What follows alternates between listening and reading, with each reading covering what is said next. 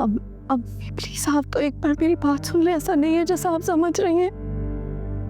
मैं पहले फरखंदा से बात कर लूं, फिर तुमसे बात करूंगी।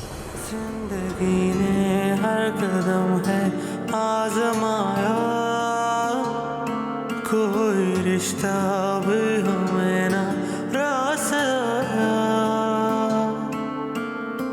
हर सजा कर है ठहरी मेरे दिल के दर पे, कोई भी ये जान न पाया जी रहे हम मर के। हर वो क्या कसूर बता दे तू, दिए क्यों गम इतने बता दे तू।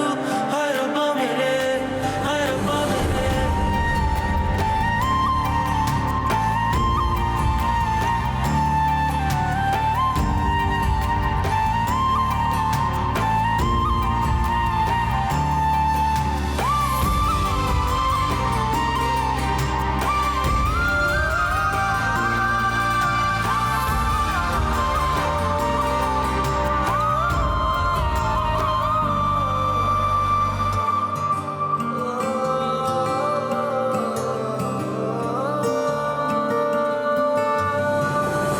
अम्मी, अम्मी आप यहाँ पे बैठी, मैं आपको अपने पोर्शन में ढूंढ रही थी।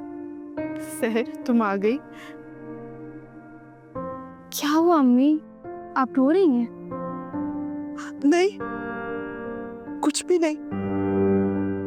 सुबह भी आप अब्बू की तस्वीर देख के रो रही थी, ऐसा क्या हो गया कि आपको उनकी कमी महसूस हो रही है?